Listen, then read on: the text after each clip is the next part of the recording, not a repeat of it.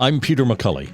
Ken McGoogan, a graduate of UBC and an award-winning and best-selling Canadian author, offers new answers about what really happened to Sir John Franklin and his ill-fated search for the Northwest Passage in his book, Searching for Franklin. If they are able to decipher some writing, even if that folio or notebook itself doesn't contain anything revelatory, that would at least show that conservators in Ottawa can decipher what they find. And if they can decipher it, if they then find, as we're all hoping that they will, some real business records, the logbooks, or detailed narratives about what's been going on, I believe that would corroborate my theory. In our second segment, we'll chat with singer-songwriter Barney Bentall about his experience as a passenger on board trips to the Arctic and the Franklin experience. It's pretty powerful when I get to Beachy Island, and I have had the good fortune of going there probably 6 times. This is a place where it is extremely difficult to get to. I've had the good fortune to be there, and it's a very moving place. It really hits you, just the desolation and the beauty of the place. But my God, how hard it would be to survive there. Searching for Franklin on this edition of Today in BC. Thanks for joining us today, Ken. Thanks for having me. So, Ken, in your opinion, what makes the Franklin expedition one of the most enduring mysteries in Arctic expedition?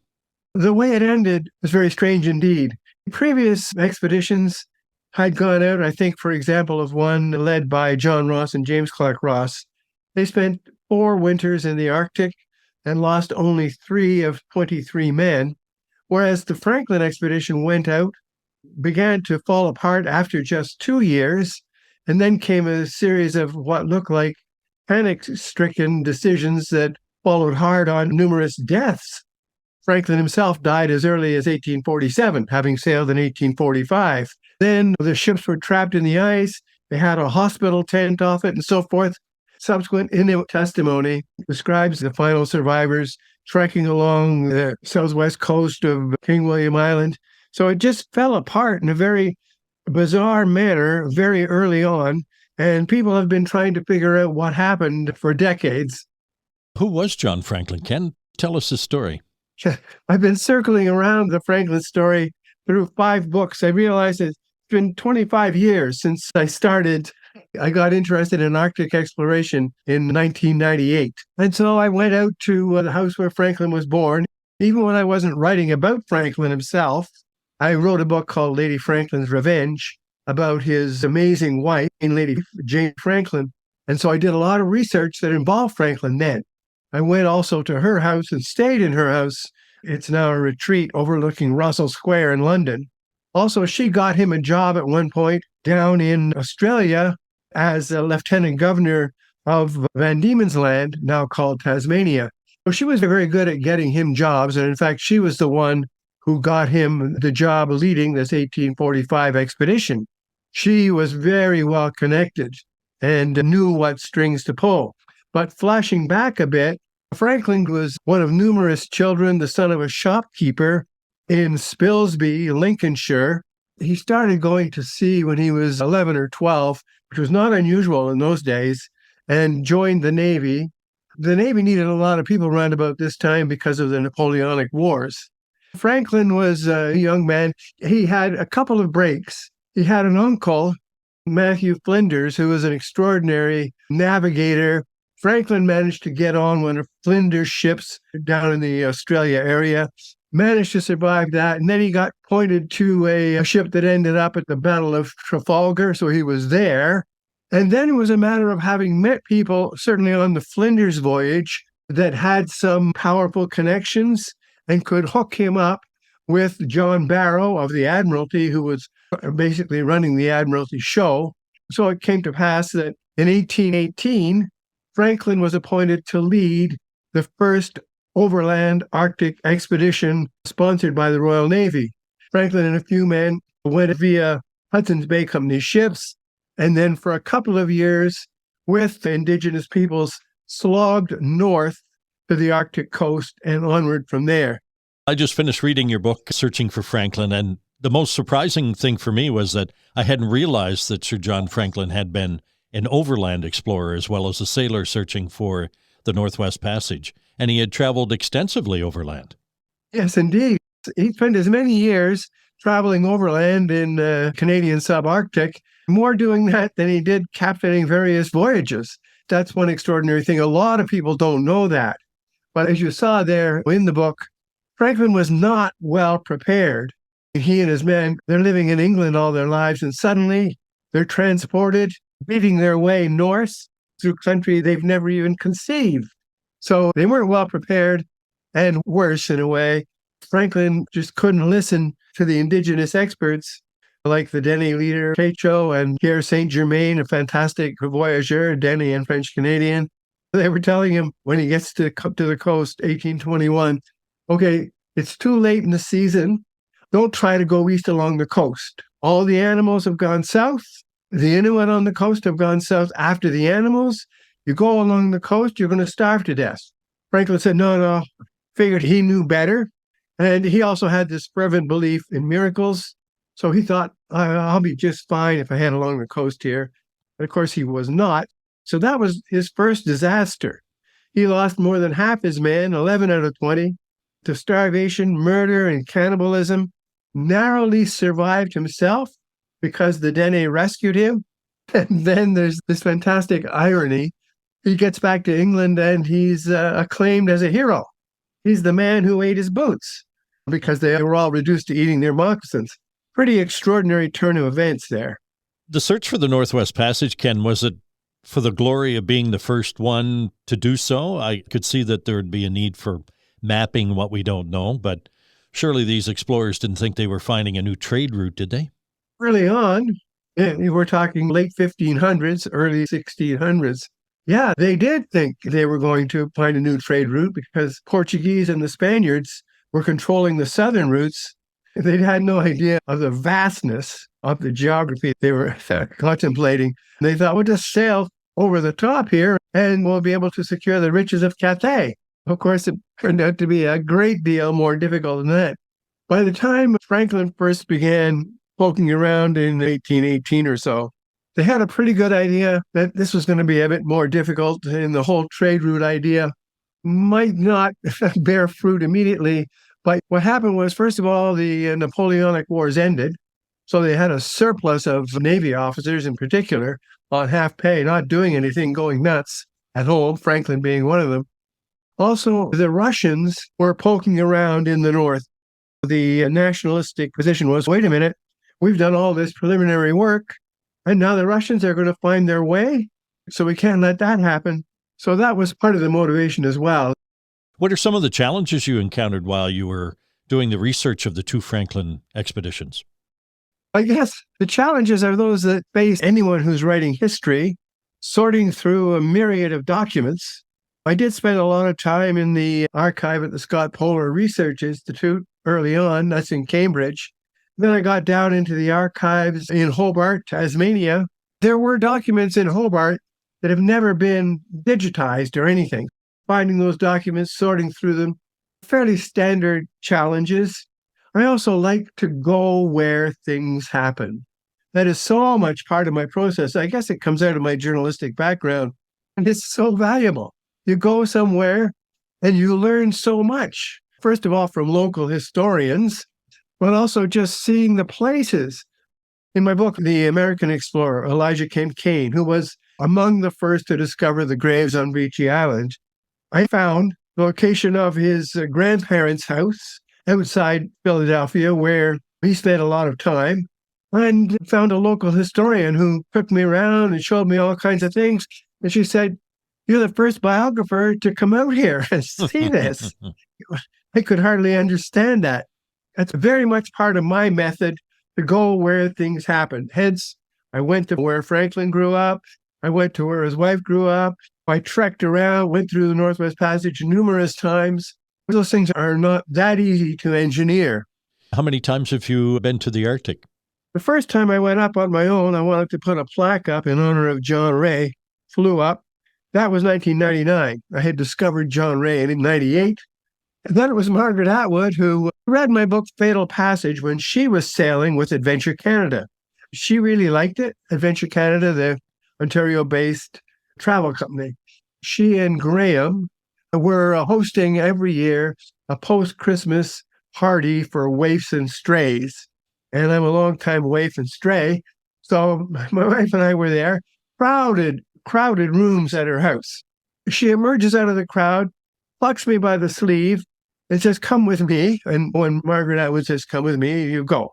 She hauled me through the house and into another crowded room. And she said, "Ken McGoogan, this is Matthew Swan. He owns and operates Adventure Canada. And I think you two should talk." Boom. And then she was gone. She led me to Adventure Canada, and I started sailing with them virtually every year, sometimes 2 voyages. I also went around Scotland and Ireland with them. I don't have an accurate count. Maybe I should get that one of these days. I guess I went up there with AC, as we call it, maybe 15 different voyages. And so Adventure Canada would be offering a historical glimpse of Franklin and other Arctic researchers and explorers? Yes, exactly. So I would give presentations on the ship, and we'll do so again next year.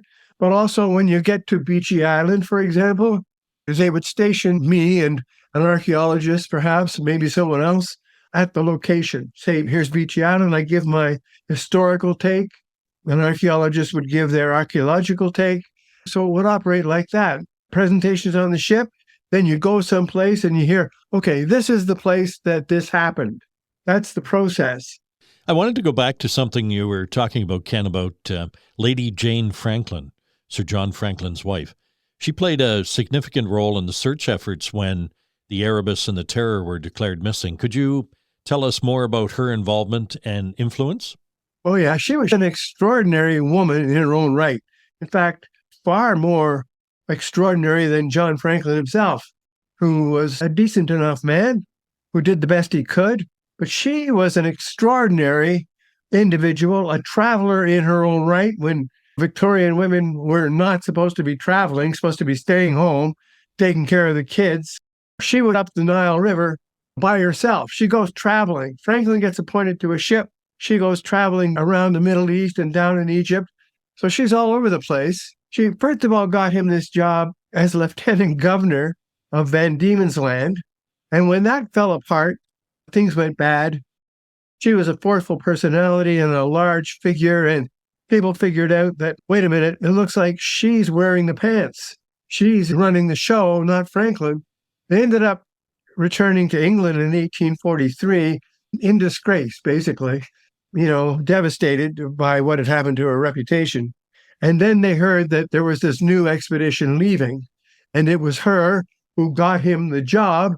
He wasn't even on the list. He was considered too old. Although 59 is a lot younger now than it was then, I must insist. She had the connections and the influence to get him the job. So he was the one who sailed out. When he didn't come back, by 1847, she's getting worried along with everybody else. Basically, she drove the search for Franklin. The Royal Navy was intimately connected and sending out voyages, but she personally financed and she orchestrated subscriptions to send ships out to find out what had happened. And when they didn't determine conclusively, when John Ray in 1854 came back with news that this is not good, they ended it in catastrophe. There was cannibalism. That blew the top off Victorian England, particularly Jane Franklin. But that didn't stop her. Even after that, she sent out Leopold McClintock, who eventually found this one-page Victory Point record that laid out a few salient facts. They got that back, but she was still heavily involved in sending out expeditions, but she also mythologized Franklin. He had already been acclaimed as the man who ate his boots, but now he became the discoverer of the Northwest Passage, which was not true. Certainly you'll get an argument on this. Anytime you raise this subject, I've been arguing about this for more than 20 years. But Franklin basically discovered nothing, and nevertheless, she managed to raise statues here, there, and everywhere, from Spilsby to Westminster Abbey to Hobart. There's a glorious statue in Hobart with a fountain. She turned Franklin into this mythological hero. That was her doing. Can you share some insights into the psychological and the physical hardships that Franklin and his crew went through during the expedition? 2 expeditions, and they were trapped in the ice? We have a pretty good idea. I haven't lived up in the Arctic for years and years, but I grew up in a town outside Montreal when it would be 40 degrees below zero, and I'd be delivering my newspaper route. It'd be like that on a constant basis, always in the dark, because you're so far north. Dark all winter long for months at a time. If you're on the ship, you're confined in the ship. If you're on the land, you better get to one of those Hudson's Bay Company posts as quick as you can. But that first expedition, they were in York boats, canoes, and on snowshoes. And these are not men who are trained. Today, you've got some extraordinary athletes who can go out there. Even back then, John Ray, he could go dozens of miles in a single day on snowshoes. Extraordinary figure, but he was extraordinary. Franklin and the men were not. They were not extraordinary. They were not trained. They had no idea what they were doing, floundering around out there. By the time of the 1845 expedition, they didn't have to go floundering around because they were on that ship. But then you're confined with 2 ships. These are tiny ships compared with the voyages we undertake these days, just a fraction of the size, tiny little wooden tubs, really. And you're confined there with all kinds of men in a bunk. That could take its toll. And then spending the winter locked in the ice in a tent. Yeah, they weren't the only expedition that did that. That was the interesting thing. Other expeditions did that as well and managed to survive. They kept up their morale. Ken, can you share some of the more surprising or unexpected discoveries you made while you were researching the book? Well, I think it was interesting. The most intriguing thing, people have been trying to figure out what went wrong for decades because it was such a bizarre end. First of all, in the 1980s, there came John Geiger and Owen Beatty went north to Beechey Island, dug up the first 3 men to die there. Beatty was a forensic anthropologist and determined that the men had a high level of lead. That was the prevailing theory then that they put forward in a wonderful book called Frozen in Time. That theory prevailed for the next 2 decades and more. In the early 2000s, scientists began looking and making comparisons and saying, yeah, the sailors had a high lead level in their blood, but these are not unusual levels. That didn't ring true in terms of what then ensued. So there's another theory put forward, botulism. Maybe botulism did it. But by 2014, scientists and statisticians had published works, essays, long pieces saying these theories are not holding up. But they didn't put any new theory in place. I'd been immersed at this point, say 2017, for 2 decades in Arctic history, and I'd written 5 books, so I'd explored a lot of it. So I began looking at history. I remember the Jens Munk expedition of 1619. He sailed into Churchill with 64 men. Over the course of the winter, he lost 61 of them. So he and 2 men were the only ones that escaped. They were wiped out. And I came across an article published in 1973 in the Beaver magazine, now Canada's History, by a guy named Delbert Young, a writer. Monk left a long journal. Look at all these details. He said, it looks like this was trichinosis from eating infected bear meat that you did not cook properly. That made a lot of sense to me, and I began casting about further. And I remembered the Andre expedition, 3 Swedes who got into a balloon in 1897. They were going to go up over the North Pole. And the balloon crashed. Hey, no worries, they all survived. But then polar bears came around, so they shot the polar bears. They were still good. But then they ate the meat, and he began to get sick, and then they died. Some years later, a couple of decades later, a doctor went up there, examined the polar bears are still extant, and said, yeah, you know what? This bear had trichinosis and related to the men. And here's the record of what happened to them. They too died of trichinosis by eating infected bear meat. So that rang true for me. And I began to look at the symptoms and how the Franklin expedition unfolded. And to put it all together, some fellow experts, quote unquote, they said, yeah, that's a good theory, but There's no bears off the northwest coast of King William Island where they got trapped in the ice. And so I thought about that for a while, and I realized, yeah, that's true. But I've been on Beechy Island, which is where Franklin sailed from. I've been driven off Beechy Island more than once by polar bears. They come thundering over this isthmus that connects the so-called island to Devon Island, where they're all over the place. There's been some discussion. There was a kind of a campsite far removed from the main area where they had their main tent. People weren't quite sure what it was doing out there. And I thought, yeah, I think I know what they were doing. They had a lookout post there because the bears were coming along the isthmus just as I saw them do, and then attacking the tents. So how does that make you feel? So the difference then and now is nowadays we see a bear coming, we get off the island. We pile into the Zodiacs and get out of there. They weren't going to do that. They would stand there and shoot the bear, and then they would eat the bear. And then they had these barrels of food they had brought from England. They ate that down naturally, and then they would pile the fresh meat into these barrels. When they left Beechy Island and sailed south to get trapped in the ice, they were carrying this infected polar bear meat and laid waste to so many of them so quickly, and the whole ensuing disaster. But this one fell apart because I think of the infected polar bear meat that they ate without cooking it. When they found the Erebus and the Terror, Franklin's ships, I understand they found a logbook that might corroborate your theory? What they found was what they call a folio that had some writing in it, either writing or pictures. If they are able to decipher some writing, even if that folio or notebook itself doesn't contain anything revelatory, that would at least show that conservators in Ottawa can decipher what they find.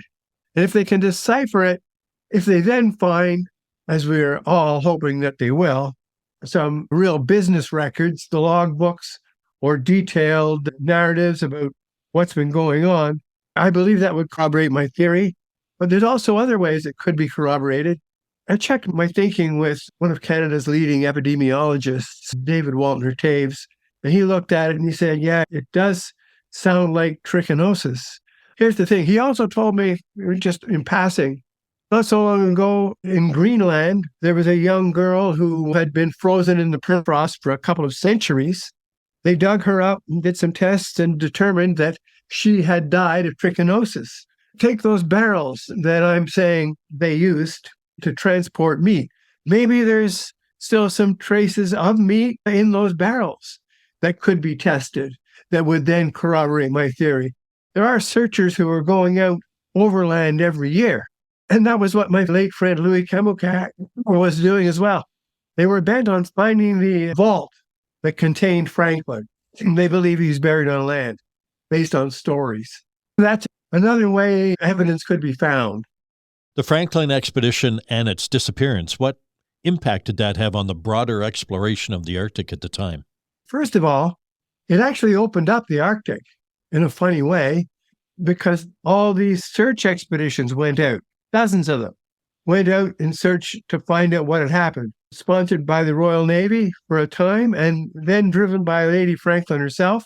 When they go out, there's an archipelago up there and it's like a warren. Gradually, they elaborated the map of the Canadian archipelago up there. So there's a few different ways you can theoretically get through. But this is also in the Little Ice Age. It was very difficult, but they did determine where the islands were and so forth. It led to the opening up of the map of the Canadian Arctic. And they realized this is a much, much taller order than we ever realized. Ken, are there lessons that modern society can learn from the Franklin expedition and the explorers who ventured into the Arctic? I would say there's a lot of lessons we can learn. This is my 6th book about Arctic exploration. I think in terms of a narrative, we like to read about people who are obsessed. They've got a quest that they wish to complete. They're going to overcome obstacles no matter what they may be. So that makes for a heroic story, if you will, confronting these obstacles. I find the explorers inspirational in that respect. But then there's also the hubristic side, the aspect of Franklin, for example, was a quintessential imperialist. He was spearheading, in a way, the British colonial enterprise to search out what lands there were and so forth.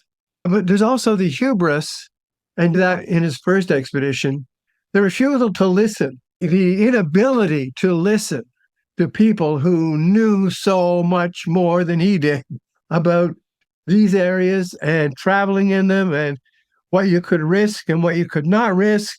So there's a great lesson there to be mindful of in terms of our own hubris today. And maybe not a bad idea to listen to local people, whoever they may be, when they're trying to tell you something. It might be wise to listen. Ken, you mentioned you're going to be heading back to the Arctic on an adventure cruise next year? Yes, indeed. That voyage will take place end of September into the Northwest Passage from Greenland on through to Kugluktuk, or the mouth of the Coppermine River. Lots of history to see along this voyage. That's Ken McGoogan, author of Searching for Franklin. Singer-songwriter Barney Bentall has been on a number of adventure cruises to the Arctic and in fact was on board a ship that sailed over top of the Erebus and the Terror. Barney Franklin Bentall, When Today in BC continues. From the latest community news to informative, entertaining reads for travelers and the cannabis curious, just visit your local Black Press Media community newspaper website to sign up today. Why spend hours searching dealerships, comparing makes and models? Find the best of BC's inventory in one place, todaysdrive.com. You'll have access to inventory across BC, where you can easily find a vehicle that fits your needs and gets you where you need to go in comfort. Get in the driver's seat. Don't miss out on the many options we have available for you. Powered by Black Press Media, todaysdrive.com connects you with exclusive new and used car deals. I'm Peter McCully. Today in BC is a Black Press Media podcast. Welcome, Barney Bentall. Hi, how you doing, Peter? Barney, we just chatted with Ken McGoogan about his new book, Searching for Franklin, and knowing that you've been on a number of Arctic adventure cruises, I thought you could bring the conversation about the Arctic and Sir John Franklin full circle for us. For the last 12, 14 years, I've gone as a staff member with Adventure Canada. They were the pioneers, I think, of that type of travel in the North, and consequently are very well respected in the North. And they also have a very strong Indigenous component. They have the only and the first expedition leader who is from Labrador, Jason Edmonds. The educational component on these trips, in my opinion, second to none. I play music a couple of nights and whatever's needed there. I also do audio visual. I help out with that. And then I drive Zodiac. And then I'm also bear guard when people go on land. So I feel very fortunate to be part of these trips. I guess I've cultivated the ability to take on multiple tasks because that's what gets you the gig. I love doing it. And sometimes when I'm mixing sound or helping out with some of the presentations here, listening to the marine biologist or the geologist or Margaret Atwood doing a presentation, or Ken, the historical stuff, my God, people soak that up. I just find that I'm always learning when I'm on the trips, as do the passengers. There's typically, 160 or 170 passengers and a lot of staff. And of course, the ship's crew, which is an amazing array of people that look after the hotel and the captain and the crew and then the sailors. It becomes a wonderful floating community. The whole Franklin thing, it's fascinating to me how it captivates people. And that's exactly what Ken had to talk about as well. And he's written a number of books on it, of course. I don't know, have you had a chance to read the latest book, Searching for Franklin? I haven't read it yet, but I will read it. You? Oh, yes. Yeah. I won't give away the ending for you, so don't listen to the first segment of the podcast. Yeah, okay. I won't. There was a National Geographic cover story about this guy from the States went through in a sailboat. This is just recently. There's a documentary on National Geographic or Disney.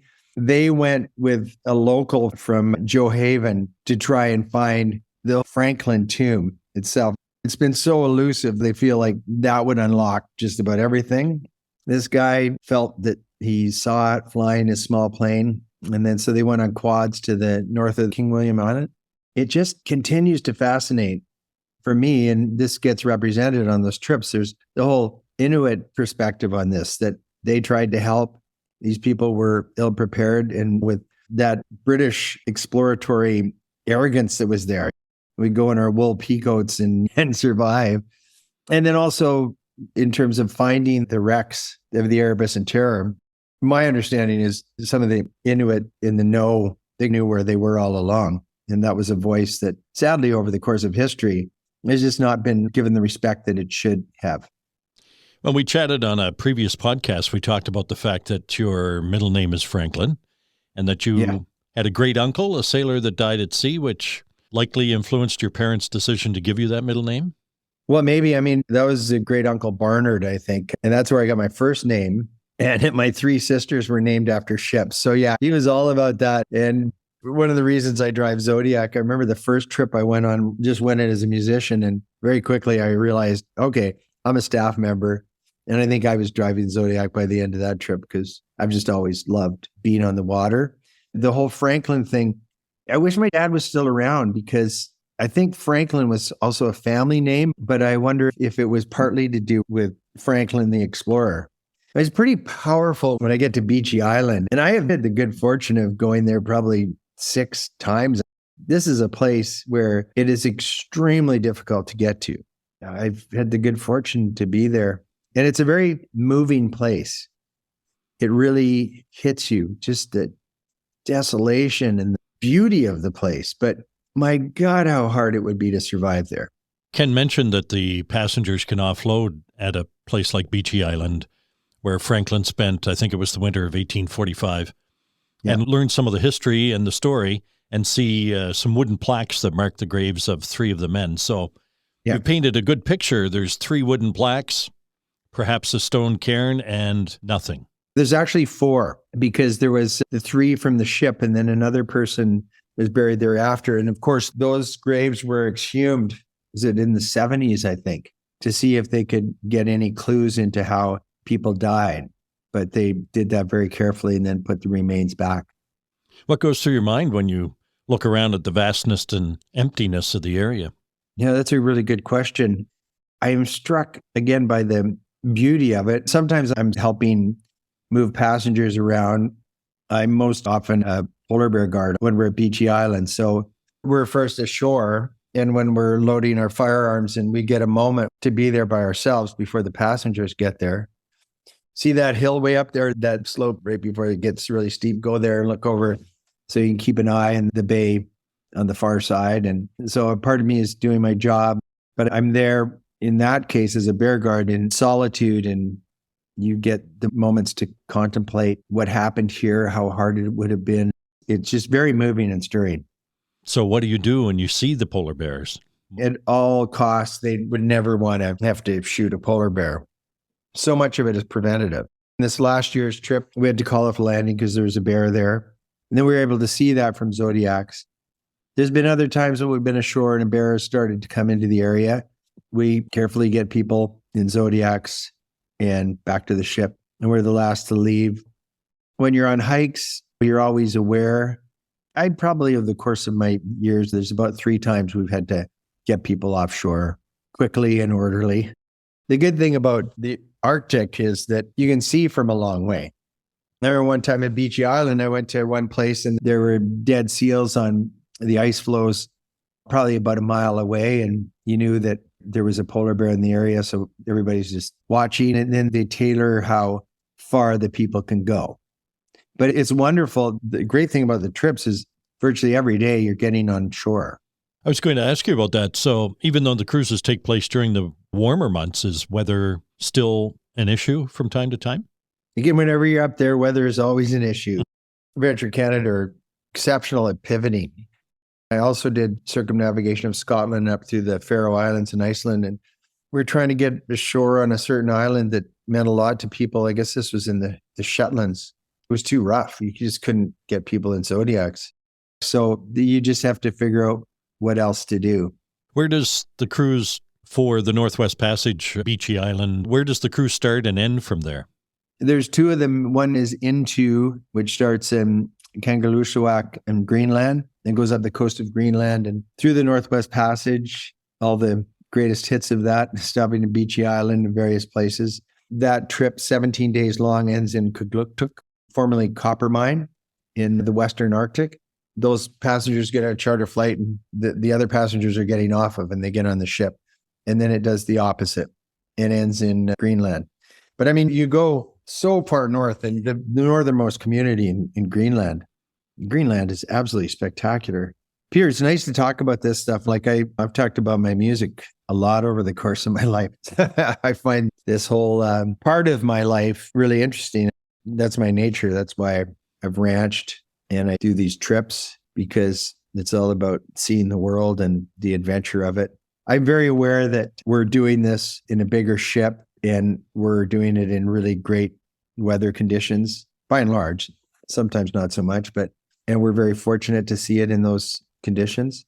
Talking to Ken, when you're listening to him give a presentation, these things you get so fascinated with, just like the geological history, the cultural, the anthropological history of the area. I find that absolutely fascinating. When you're exhausted sometimes in these trips, because you work pretty hard, you go, yeah, I'm just going to go to my cabin and have a nap. All of a sudden, somebody's talking and doing a presentation. You go and you find yourself sitting there and learning. When I was reading Ken's book, I got stuck on the fact, and I read the part 3 or 4 times actually, about being stuck in the ice for 2 winters and being in tents out on the ice, not on the ship, but rather in a tent. I could just feel the cold. Yeah, I did. Those were incredibly tough people. It's like the guy that might have climbed Everest first in the late 20s. Wade Davis, fellow Bowen Islander, he wrote a book on it. They've tried to look for the remains and whether they made it. They did have oxygen, I think, their second try, but they were wearing like tweed outfits. These people were so tough. It sounds like a very intimate experience, Barney. Passengers getting to know each other. It's a fairly long cruise, 17 days you mentioned, and it's a fairly small group, and they're learning about Franklin and the Arctic and the Inuit. It is. That's a nice part of it. You meet a lot of fascinating people. And of course, all the staff, they, I think, curate that really well. Everybody gets along really well and supports each other. That's what makes it a really great experience for the passengers. Have these trips to the Arctic inspired you as a songwriter? That was part of the reason I was going to do the book launch with Ken. I've written quite a few songs up there. Some of the musicians that have been there over the years, like Ian Tamblyn, the great Canadian folk singer, he doesn't do it anymore, but he went on a lot of trips, and that guy was incredibly prolific. I don't know how he did it. He would drive Zodiac. He did similar things to me. He would come back and he would go into his room and he'd write a song. That just blew me away. I was impressed. And you mentioned Margaret Atwood has been on a few of these cruises? Yes. She usually does one a year, and she's an avid birder. It was wonderful to get to know her a bit. She's just a brilliant mind, I tell you. Do you have a Margaret Atwood story for us? Yeah, I guess I do. There's this preeminent bird guy, Mark Mallory, a friend of mine, and he's done these trips, and we look similar. And so I'd be out in the Zodiac, with Margaret, and her husband Graham was still alive at the time this story happened. And she asked me, "What's that bird?" As I say, they're avid birders. And I go, "I don't know, but I could find out." And just like, just slightly disgusted response. And it happened a couple of times. And then at a certain point I said, "I'm sorry, I would love to know the answer to this, and I'll find out, but I'm a musician." And then we finally got it cleared up, and then it got hilarious. So after that, but we talked a lot about music after that. Barney, I understand you were on the ship, the cruise, as it sailed over top of the Erebus and the Terror at one point. It was just after they were found, and nobody wanted people to know exactly. So it was a bit vague, but we knew, and I think it was at nighttime that we went over them. And some people got up just to have that moment. But I think the next year, and I couldn't go that next year, that they did stop nearby. They knew they had just found the second one shortly before we went through that area. It was fascinating to be there. Singer-songwriter Barney Bentall and Ken McGoogan, author of Searching for Franklin, have been our guests on this edition of Today in BC. If you have suggestions or comments, send a voice message to podcast@blackpress.ca. you may be part of our podcast mailbag segment. You'll find Today in BC podcasts in iTunes, Spotify, Amazon, iHeart, YouTube, and Google Podcasts.